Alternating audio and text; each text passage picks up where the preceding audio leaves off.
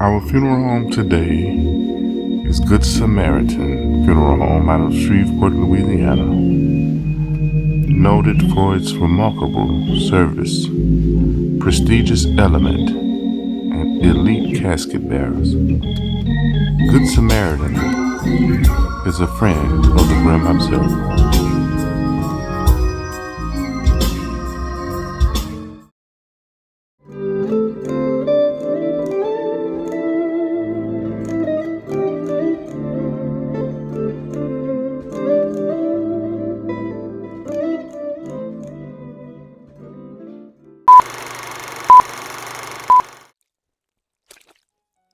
Another day, another death. Not exactly the life mantra you'd put on a motivational poster, but hey, it's honest. In the world of a mortician, you get used to the quiet departures, the ones that make you wonder if anyone even noticed they were gone. This one was way different.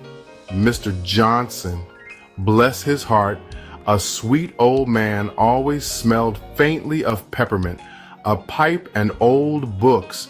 Dementia had a firm grip on him, stealing his memories like a thief in the night. His wife, Mrs. Johnson. She was always by his side, literally. A tiny woman in stature with a spine of steel and eyes that crinkled at the corners when she smiled. She was a lighthouse in the fog of his mind. And then it happened. Mrs. Johnson went quiet too, not with the gradual fade of dementia, but in the abrupt silence of death.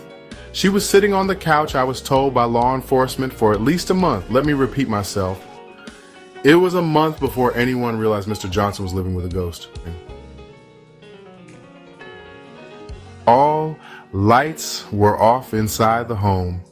The air thick with a pungent odor death brings along. I could feel the absence of a life force missing within the home. Dusty photo frames held smiling faces.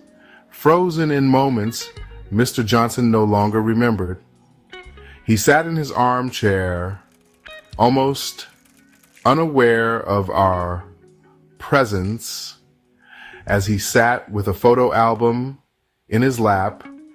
He didn't even look up when I arrived. He didn't seem to register. The concerned neighbor, law enforcement, the hushed whispers, or the arrival of my hearse outside. I'm sorry for you loss, Mr. Johnson, I said gently, approaching him. He blinked slowly, his gaze distant. Margaret's making her special tea, he mumbled, his voice a low rasp. She says I should have some too. My heart aches for cases like this. He wasn't talking about herbal infusions and honey. He was talking about reunion, about a love story that transcended the boundaries of life and death, about a final cup of tea at the edge of forever.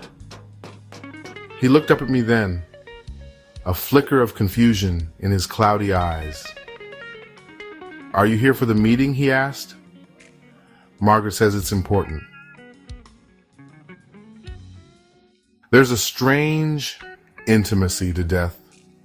As a mortician, we become a custodian of secrets, a silent witness to the stories whispered in voiceless tones.